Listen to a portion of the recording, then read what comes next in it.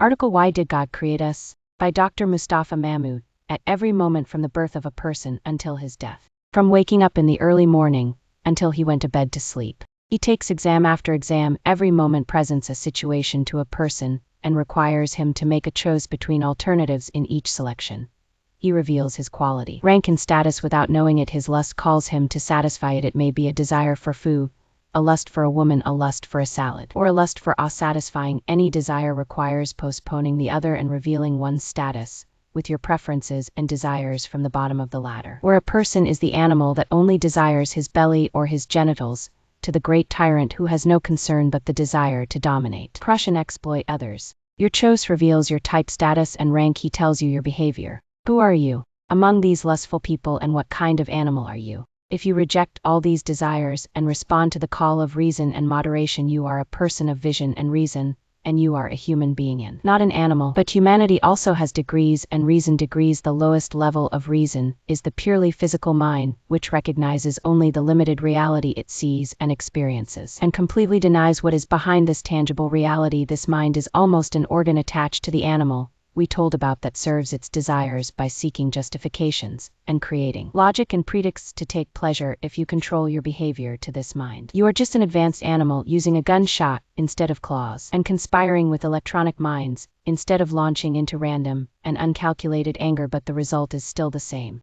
You are a criminal, and your life is a criminal scheme. No matter how polite, reasonable and logical it may seem at face value, it is the lowest level of mind and the lowest place among the homes of rational people. If you go up a notch, you feel something behind the reality, but this feeling is nothing more than suspicion. And suspicion, however, this suspicion and belief lead you to be less material, less unjust, less rude, less arrogant, and less convinced of closed logic and limited reality. From time to time, you will show signs of sacrifice and generosity. The touch of the unseen will give you some poetic situations, and you will swing between these houses depending on your own good. And there is no light in your mind. If you improve further, the spiritual sense of the unseen and the sense of reality will prevail over your mind imprisoned in the physical cell. Windows of insight and wisdom will open up to you that illuminate the darkness that increases your sense of shame. Generosity will seem to be your nature, but the sense of the unseen has not yet risen to become a certainty. It is only a matter of probability. If someone tells you about the existence of God,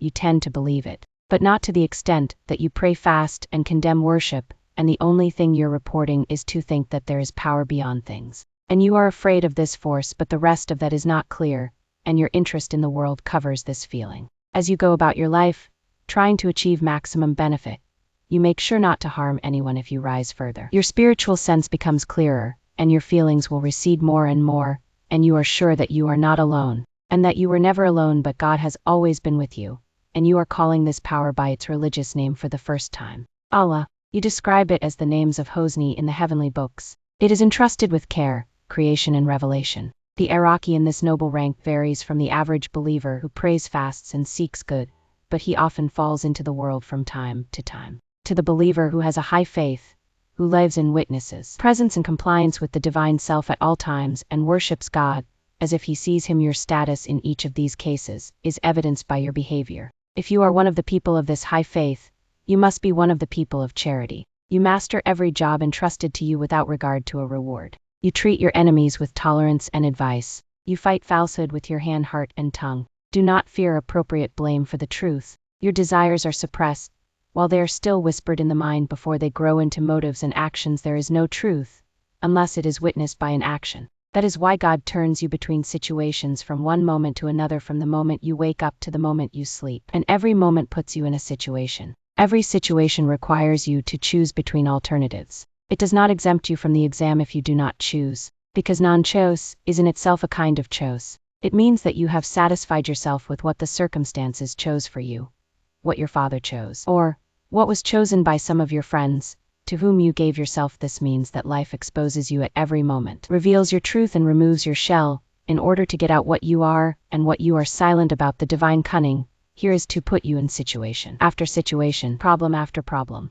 Every problem requires a solution, and every solution requires a choice. Every choice reveals your truth against your will. No matter how much you try to hide, as much as your life extends day by day, as much as the masks are torn off your face, your order is revealed, and your secret is violated. And God knows your truth and secret from the beginning. But you don't know, and you don't want to know because you are invited and each of us is a prosecutor. All of us think that he is a good man, and that he deserves all the best. Even the mighty people who were hanged in prison and tortured their people thought they were reformers. Each of us came to life with a petition, claiming to be a good man. That is why God's justice has required us to tell us our facts, so that there will be no excuses when people begin to be classified in the hereafter according to their grades. So that the classification is based on facts, not according to allegations and claims. That is why God created the world. He created it to reveal the facts as they are. Everyone knows himself and knows how good and bad he is. Then let the righteous know their Creator and their Lord, and taste his mercy before meeting him. Then he created the hereafter to reveal the facts of deism. The world of kingdom might and the unseen God does not create anything, except in truth and truth, because he is the Almighty. This is clear in the verses of the Holy Wren. There is no absurdity or absurdity, what we see around us, from poverty to wealth, illness to humiliation, sudden accidents to disasters, to success to failure, are not absurd matters or random coincidences. They are either tight circumstances managed by the wise mastermind who wants to remove souls and leave their silence. Allah is a way out of what you used to keep silent. 70 to Al-Aqra. We are all brave enough to call for war. Everyone offers an excuse, creates circumstances that prevent them, and only a few can prove the time of the strike without the plight of fighting. Souls would not have been revealed as they really are. We are all generous until the need for sacrifice is called for. The hands that were extended will shrink under the pretext of generosity,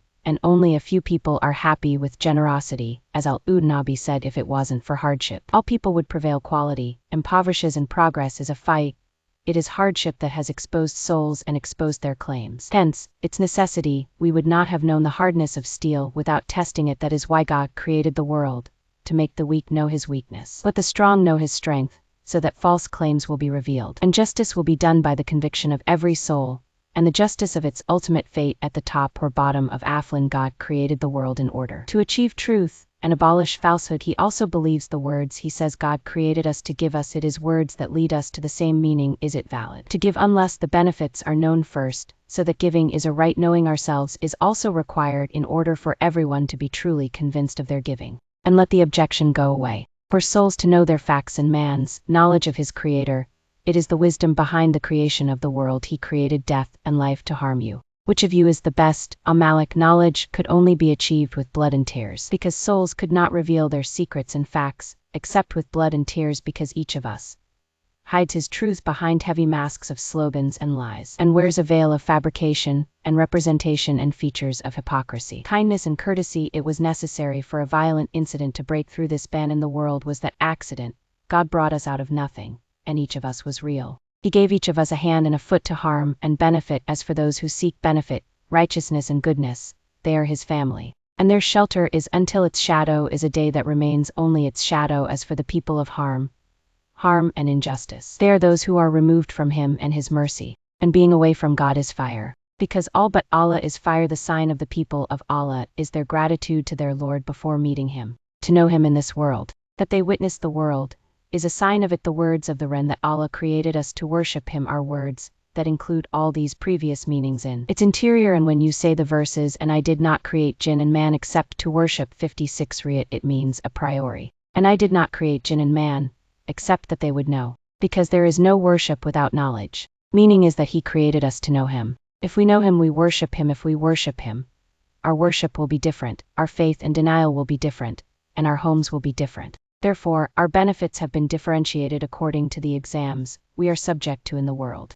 Therefore, the giver is differentiated from the giver. God's gift is given to all. We all extend to these and these people the gifts of your Lord, and the giving of your Lord was not prohibited. 20 Elsra. God was created to give. We are all entitled to give because of the rank of slavery. All these meanings are hidden in the word to worship. And I created in man only to worship. 56 Riyat. As for the one who says that God created us because he is a creator, and the creator must create. 8. God has to create this or create that one. No one has the right to impose anything on God. There is no law that requires God to do anything because there is no authority or rule outside God in the first place. But God creates whatever he wants, and God's will is not limited by laws, because he is the source of all laws. The will is due to God and is therefore not a cause. We can ask, why did God create this and not create that one? Why here has no place at all, and it is not correct to address him Almighty. He is not asked what he is doing, and they are asked 23 prophets, but what is meant is not known to anyone. The question is said in general terms. The field of reflection is in the general wisdom of creation and the world. As for the detailed question of creating this and creating that, it is an absurd matter.